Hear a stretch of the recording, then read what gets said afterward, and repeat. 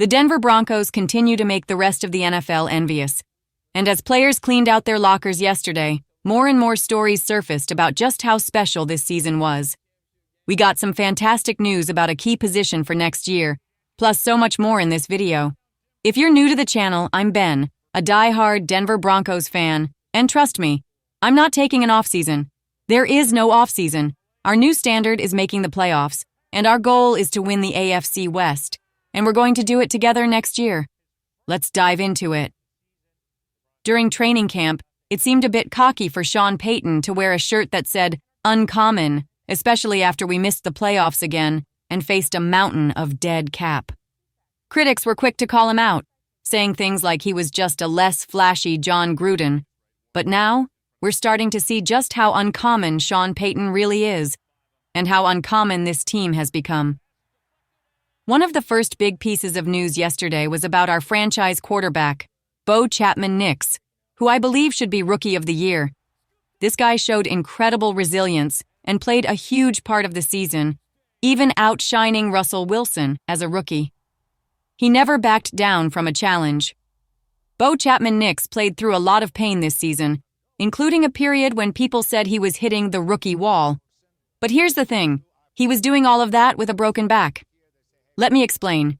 In the first half of the game in Vegas, our first ever win against the Raiders in their home stadium, Bo broke 3 vertebrae in his back. It's called a transverse fracture.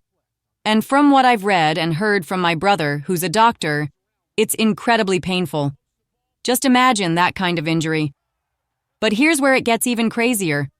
Bo didn't just sit out. He went back into that game. In the second half, he threw 2 touchdown passes and had that unforgettable, bug-eyed moment when he stared down the Raiders, taunting them after a big play. Not only did he finish that game, but when the medical team advised him to rest for another week, Bo decided to suit up again and play in his very first Monday Night Football game against the Cleveland Browns. Yes, this was the shootout with Jameis Winston, where Bo threw 2 interceptions. But Coach Sean Payton quickly stepped in, taking the blame for the mistakes, saying they were his fault, not Bo's. Why? Because Payton knew that Bo was out there, playing with a broken back on national television. Absolutely incredible. Here's something that really makes the rest of the NFL jealous. Take a look at TD Finn, a huge Dolphins creator who used this season as a chance to call out Tua. He pointed out how Bo Chapman-Nix, a rookie quarterback, played through a broken back and gave it everything he had to help his team make the playoffs. While Tua, in contrast, didn't push through the way Bo did. Both quarterbacks had medical staff telling them not to play, but Bo decided to keep going. You might say, well, every quarterback plays through pain. But here's the thing. Cam Newton also broke 2 bones in his back and missed a game. Bo, on the other hand, broke 3 bones and didn't miss a single snap. Not only that, but in the 6 quarters after the injury, Bo racked up nearly 500 yards and 3 touchdowns. That's rare. This is a perfect example of the Broncos team culture. The love and resilience they have for one another is something special. They're playing for each other, and it shows. Now, let's talk about something else that's truly rare and uncommon. You don't have to just take my word for it. Mike Malinsky himself said that our offensive line was already ranked number 2 on Pro Football Focus's All-Pro list. Quinn Miners even went further, claiming that our offensive line is the best in the entire NFL. Even if we're ranked number 2, that's still something to be proud of. Listen to what Quinn Miners had to say about the team coming back next season. "This is one of the rarest things I've ever been a part of," he said. "The whole squad is returning, and we're doing it with a rookie quarterback who, hopefully, won't have to play with a broken back again. We're bringing everyone back, including a quarterback who's going to have a full off-season to learn more of Sean Payton's system. He'll be even more in sync with the team and the playbook, and it's going to be exciting to see." Quinn is right. This is a rare situation, and it's not just him saying it. DJ Jones, who is a free agent, also spoke about the locker room. He called it one of the tightest-knit locker rooms he's ever been a part of. That's something we can all be proud of. So, here's the big picture. We've got quarterbacks who play through injuries, the best offensive line in the NFL coming back next year, and a team that's as close-knit as it gets. It's a special group, and on top of all that, we're also one of the youngest teams in the league. We're also the second youngest team in the entire playoffs, and that's something exciting to keep in mind. As we continue to mature and improve, just imagine if every player who made the playoffs this year takes even a small step forward. It's going to be incredible, and definitely a scary challenge for any team facing us. One player I expect to take a big leap forward next season is Troy Franklin. All season long, we saw Bo Chapman-Nix and Troy Franklin just missing each other, whether it was inches, feet, or yards away in multiple games. You could feel the potential, and finally, they connected on the one touchdown in that Buffalo Bills game. There were critics calling Troy a bust, but the truth is, Coach Sean Payton actually had him graded 2 spots higher and wanted to draft him even earlier.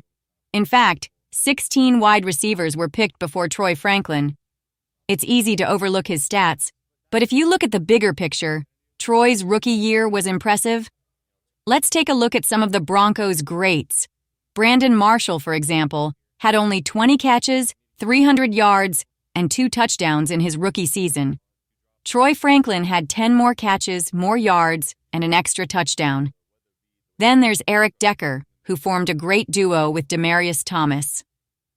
Troy Franklin's rookie year actually outperformed Decker's. And even one of my all-time favorites, the late Demaryius Thomas, Troy Franklin had a better rookie year than Thomas did. The wide receiver position is one that typically takes time to develop, but Troy Franklin's performance as a rookie is rare and shows just how much potential he has. It's pretty rare for a rookie wide receiver to come in and make an immediate impact, but every now and then, you see exceptions like Keon Coleman. For the most part, it takes time for rookie wide receivers to find their rhythm. But I'm confident we'll see Troy Franklin not only continue to grow, but maybe even outperform some of the guys ahead of him as a rookie. Imagine if Troy keeps improving and becomes a top player in the league. He could be on a Hall of Fame trajectory. And let's not forget about Devonta V, who could see his numbers skyrocket if he takes that next step forward. The potential is huge, and the talent we have at wide receiver is truly exciting. And when it comes to things that make the rest of the NFL jealous, we have a wide receiver one who brings zero drama. This guy handled a contract dispute without holding out or missing mandatory OTAs. He didn't get involved in any power struggles with the front office like you sometimes see in other teams, like with San Francisco. It's a huge deal and shows just how professional and focused our team is.